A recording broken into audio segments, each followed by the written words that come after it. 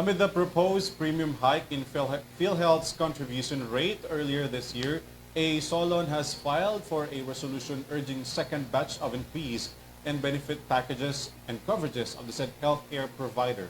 Mia Layagin has the details. As Party List Representative Wilbert Lee pushes another round of 30% increase in PhilHealth's benefit packages and coverages, aiming to lessen out-of-the-pocket expenses of Filipinos when it comes to healthcare. In House Resolution number 1900 filed by Lee in the House of Representatives, the lawmaker calls PhilHealth to implement a new increase in coverages and additional benefit packages for its members.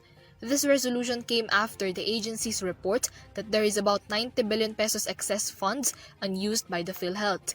Lee stated that through the 30% increase, PhilHealth can maximize its excess funds to enhance and create new benefit packages without the need to increase the contribution of its members. Vital diagnostic tests and essential laboratory exams are being pushed to be included in the petitioned increase. It can be recalled that earlier this year, PhilHealth called for a premium hike in the contribution rate of its members, said to be necessary to enhance coverages of the benefits and packages so that its members will have to pay lesser or totally none with their health care. PhilHealth also said that they have already implemented a 30% increase in its benefit packages last February. On the other hand, Finance Secretary Ralph Recto expressed earlier the same ideals and sentiments regarding the excess funds of PhilHealth as well as on the contribution rate topic. Payag ba akong bawasan yan? Ang unang sagot ko dyan, I would prefer na ang purpose niyan ay makatulong sa ating mga kababayan na mabawasan yung out-of-pocket expenses ng mga nagkakasakit. So as much as possible, I would prefer as much as possible better benefit packages. Recto stated that the final decision about this should be left with PhilHealth and its stakeholders.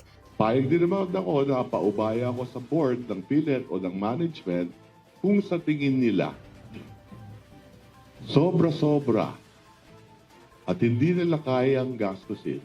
He also noted that any decision or changes should be lapsed into a law for its validity and merit in implementation.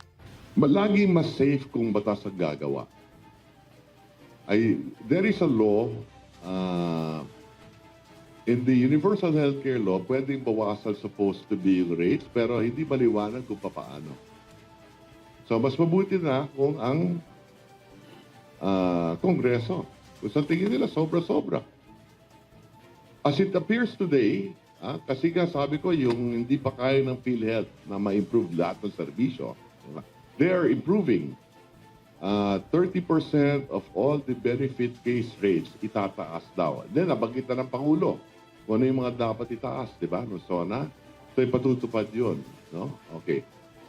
Pero kung sobra-sobra pa rin ang pera nila, baka pwede na nga, at hindi nila kaya itaas pa yung iba. Kung hindi, mawawaltas yung pera, halimbawa, hindi bawasan mo na lang yung rate. Diba? That's how I look at it.